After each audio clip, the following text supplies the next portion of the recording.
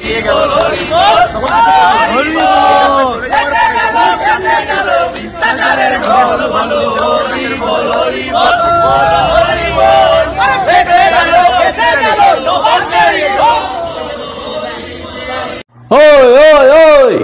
বাচ্চা তো রাজনীতি করে যাচ্ছে, এদিকে আন্দোলন ওদিকে আন্দোলন, কালীঘাটের সামনে বসে আছে চাকরি প্রার্থীরা, নবান্নে বসে আছে ডিএ প্রার্থীরা, শান্তিতে দিদিকে রাজ্যের 12টা বাজাতে দেবে না, সরি রাজনীতি করতে দেবে না।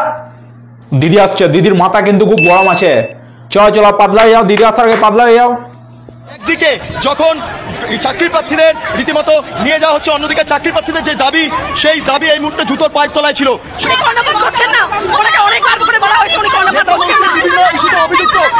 কারা এরা? আমি তো বুঝতেও পারছি না। হু আর দিস পিপল? কেউ জেনে বলো তো কি ব্যাপার?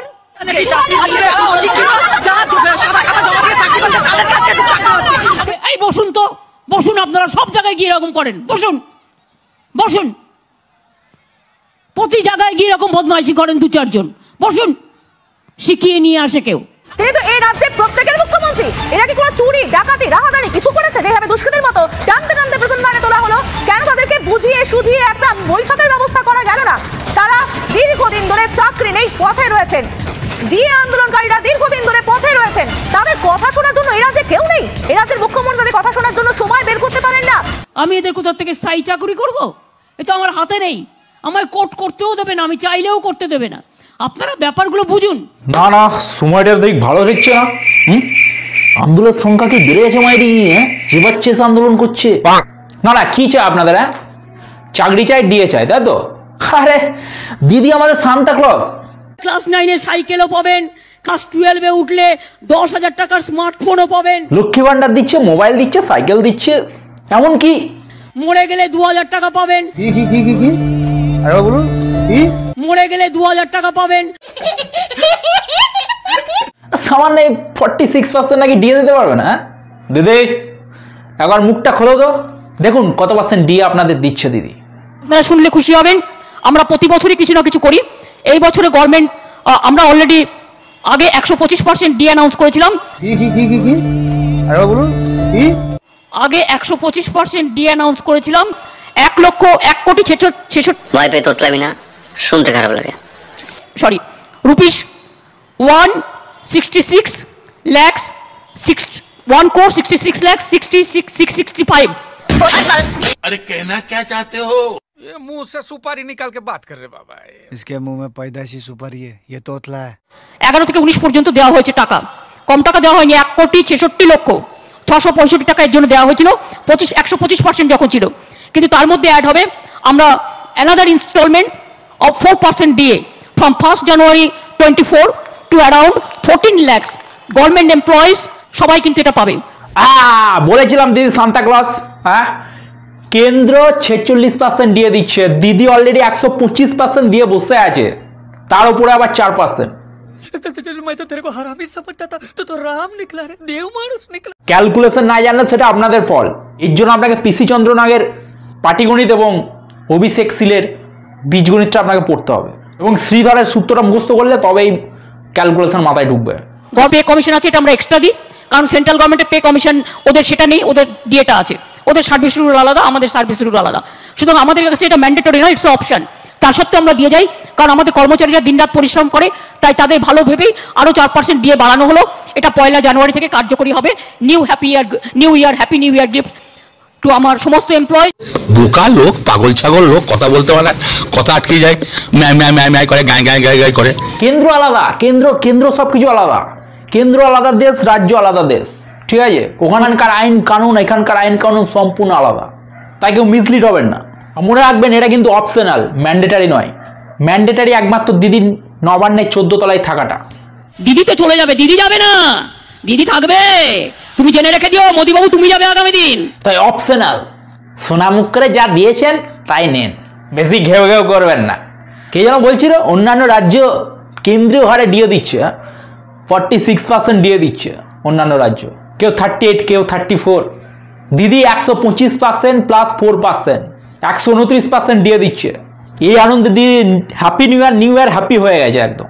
তো যারা 129% ডিএ পাচ্ছেন তা একটু দিদিকে মিষ্টি খাই আসবেন হ্যাপি নিউ ইয়ারে। আর আপনাদের নতুন বছরটা আশা করি দিদি যেমন বললেন new year happy new year gift এরকমই যাবে উইথ 4%, সরি 129%। এরপরেও বিরোধীদের নিন্দা শেষ নেই, এরপরেও কি বলছে শুনুন। আমি বলছি যে মুখ্যমন্ত্রী আর রাজ্যের মন্ত্রীদের ভাতা 40% বেড়ে যেতে পারে, 80-90 হাজার টাকার উপর ভাতা পাবে। আর সরকারি কর্মচারীদের প্রাপ্য হকের ডিএ চাইলে মুখ্যমন্ত্রী বলবেন কুকুরের মতো ঘেউ করবেন। তুমি আসার আগে আরে ঝেন্ডু বাম আমলে কত ছিল, হ্যাঁ কত পার্সেন্ট ডিএ বাকি ছিল? সব সময় বাম আমলে সেন্ট্রাল গভর্নমেন্টের হারেই দিয়ে দেওয়া হতো, কিন্তু সেন্ট্রাল গভর্নমেন্ট যে টাইমে দিত হয়তো তার থেকে 1 মাস 2 মাস 3 মাস কখনো 6 মাস ম্যাক্সিমাম লেট হয়েছে, কিন্তু কোনোদিন কেন্দ্রীয় সরকারের বাইরে এখানে কোনোদিন তার যা হার সেটা বাদ দিয়ে কোনোদিন দেয়নি। এই যে 4% বাড়িয়ে কি দয়ার দান করছেন? তোমার কিছু বলার থাকলে তুমি অফিসিয়ালি বলবে। এতদিন বলতেন ডিএ প্রাপ্য নয়, ওটা দেওয়া যাবে না, ওটা আপনাদের অধিকার নয়, ওটা চাইবেন না, কিন্তু এখন এটা বাড়িয়ে তাহলে যদি ডিএটা আপনি দিচ্ছেন তাহলে আপনি এটা অ্যাডমিট করছেন যে ডিএটা সরকারি কর্মচারীদের অধিকার। আর বসুন, এসব আমি জানি।